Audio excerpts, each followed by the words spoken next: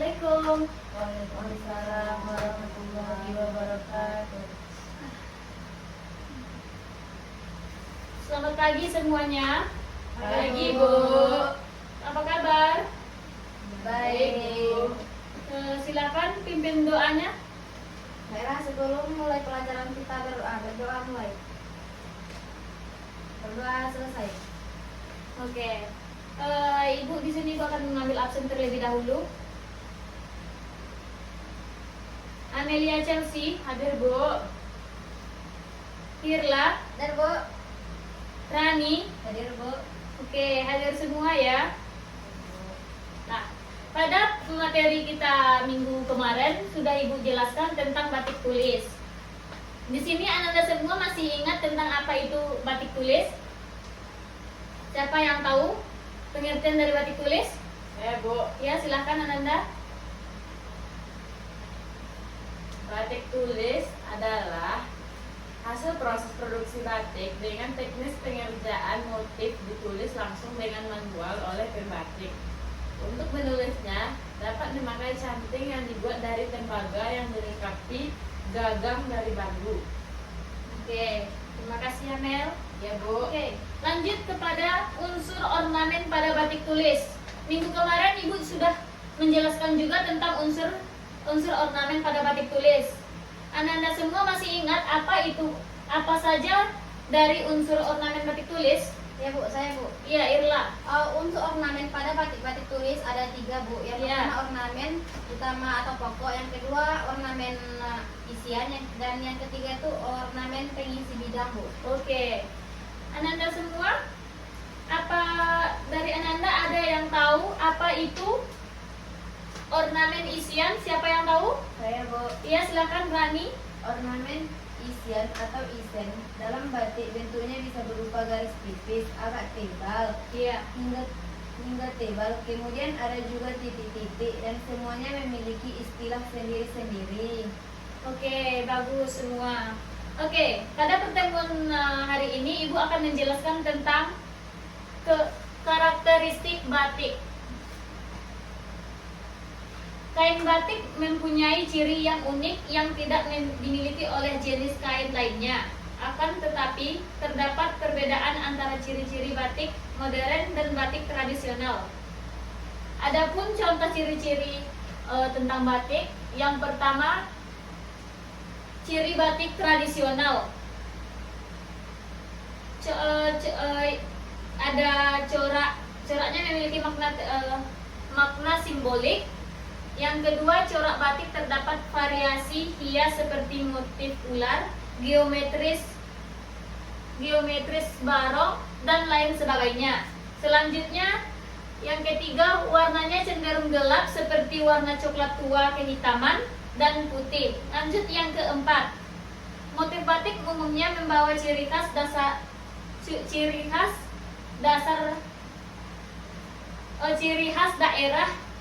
daerah asalnya. Lanjut yang kedua, ciri batik modern. Ciri batik modern ini ada 4. Yang pertama, corak dan polanya tidak mengandung makna khusus. Yang kedua, jenis hias utama didominasi tumbuhan atau rangkaian bunga. Lanjut yang ketiga, motif dan polanya tidak mencerminkan khas daerah asal. Lanjut yang terakhir, yang keempat, warnanya cenderung bebas. Biasanya warna-warna yang dipilih adalah merah tua, biru, dan kuning. Lanjut lagi, ada ungu dan selain sebagainya. Oke, lanjut kita yang ke jenis-jenis batik.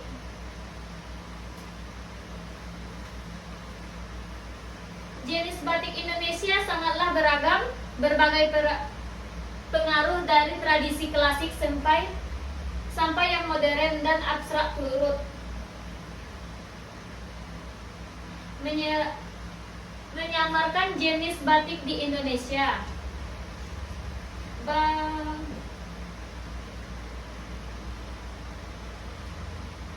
Oke, jenis-jenis batik di Indonesia ada 7.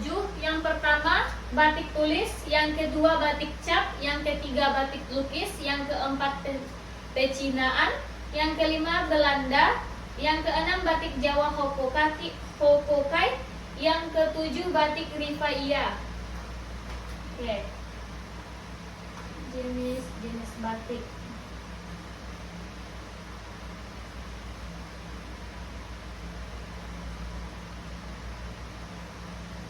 Berapa tadi jenis batiknya? 7. Oke, yang pertama sebutkan. Batik tul. Ya, betul.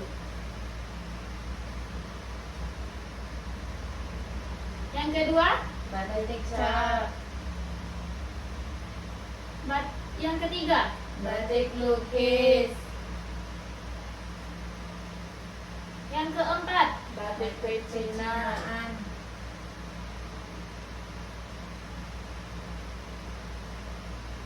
yang kelima, Batik Batik Belanda. Belanda.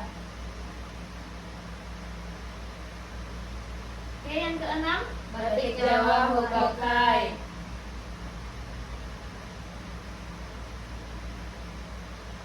yang terakhir, yang ketujuh.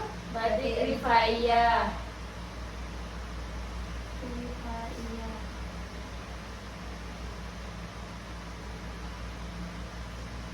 Oke.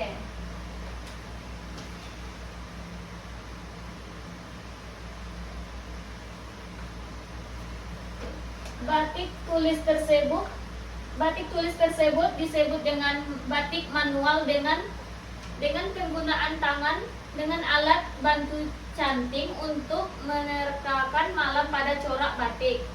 Lanjut ke batik cap. Batik cap tersebut dibuat dengan menggunakan cap atau semacam stempel batik yang terbuat dari lembaga. Proses pembuatan batik jenis cap membutuhkan waktu kurang lebih dari 2-3 hari. Oke, lanjut ke batik lukis. Batik lukis disebut dengan melukis motif menggunakan malam pada kain putih. Membuat motif batik lukis tidak terpaku pada pakem motif batik yang ada motifnya, dibuat sesuai dengan keinginan penulis tersebut. Lanjut yang ke batik pecinaan. Batik pecinaan ini awal mulanya dibuat oleh keturunan dari para perantau Cina di Indonesia. Lanjut ke batik Belanda yang kelima. Batik seperti warga keturunan Cina, warga keturunan Belanda juga banyak yang membuat dari memproduksi batik.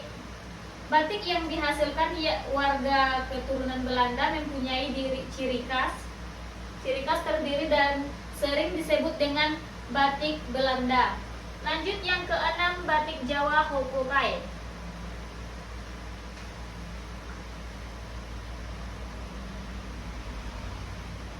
Batik jenis ini muncul pada masa kedudukan Jepang, yaitu tahun 1942 sampai 1945. Modelnya pagi sore, yaitu dalam satu kain terdapat 2 pola atau corak yang berbeda-beda. Motif terbanyak adalah motif bunga seperti bunga sakura dan bunga kristal. Lanjut yang terakhir, batik Rifaia. Batik Rifaia mendapatkan pengaruh Islam yang kuat dalam budaya Islam. Motif-motif yang berhubungan dengan benda bernyawa tidak boleh digambarkan sama persis sesuai dengan aslinya. Oke, lanjut kita kepada motif batik dan maknanya.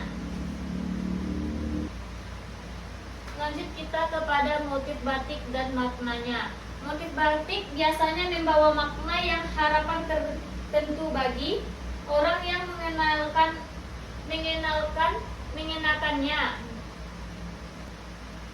Baik, yang pertama motif alas-alasan. Yang kedua motif burdo latar kembang.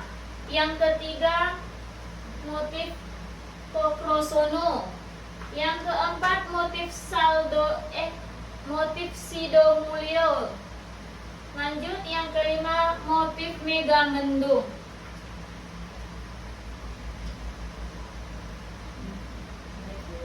Oke, sampai di sini aja materi kita pada hari ini. Baiklah, apa Ananda semua ada yang ingin ditanyakan? Apa ada yang ingin bertanya? Apa ada dari Ananda semua yang ingin bertanya mengenai materi kita pada hari ini? Saya Bu, Iya, Hirla, silahkan. istilah batik berasal dari bahasa apa ya Bu? Oke, istilah batik itu berasal dari bahasa Jawa, yaitu bisa disebut dengan ambatik. Amba artinya kain yang lebar, sedangkan kata titik atau matik dalam bahasa Jawa merupakan kata kerja yang artinya membuat titik. Jadi kesimpulannya, batik adalah titik-titik yang digambar pada media kain yang lebar sehingga menghasilkan pola-pola yang indah. Oke, sudah mengerti Hirla? Sudah Bu. Apa masih ada yang ingin ditanyakan Ananda? Tidak, Bu. Oke. Jika tidak ada yang ingin bertanya lagi, Ibu akan bertanya kepada Ananda semua. Apa ada dari Ananda yang tahu apa saja itu jenis-jenis batik? Ada berapa jenis-jenis batik? Saya Bu. Ya, silakan Rani. Ada 7 Bu. Ya, sebutkan. Batik tulis, yang kedua batik cap, yang ketiga batik lukis, yang keempat batik pecinaan, yang kelima batik Belanda, yang keenam batik Jawa Hokokai, yang ketujuh batik Rifaiyah. Oke, terima kasih. Lanjut pertanyaannya yang kedua. Siapa yang tahu apa itu karakteristik batik?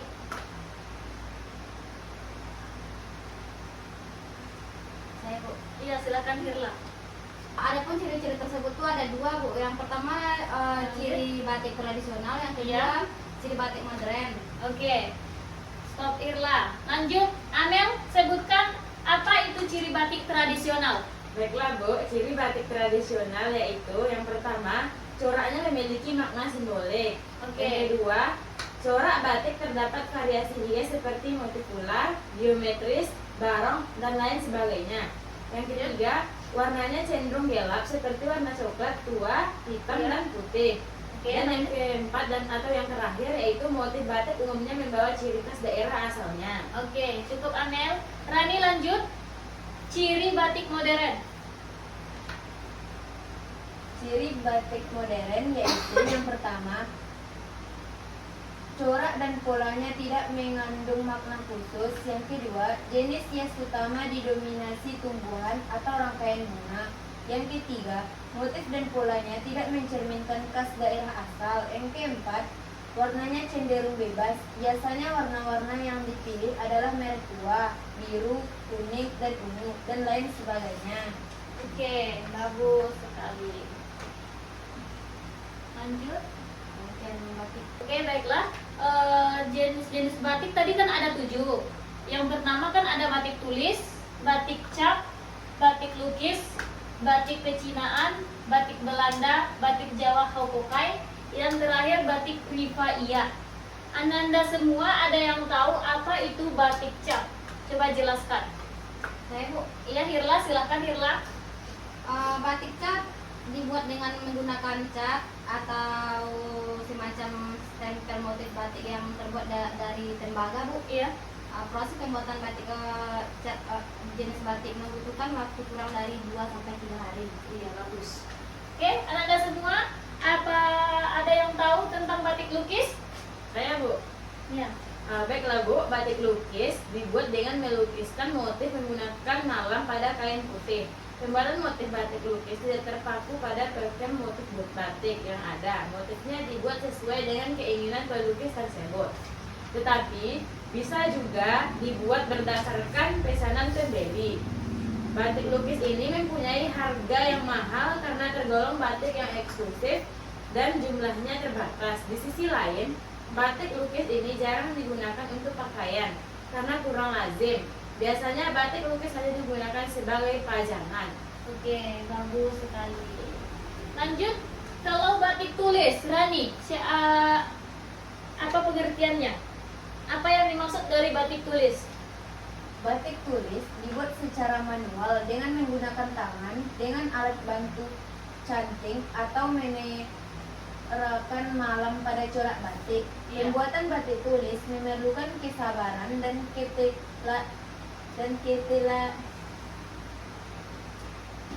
ketelatenan yang tinggi karena setiap motif berpengaruh pada hasil akhir. Oke, terima kasih Rani. Siap. Oke,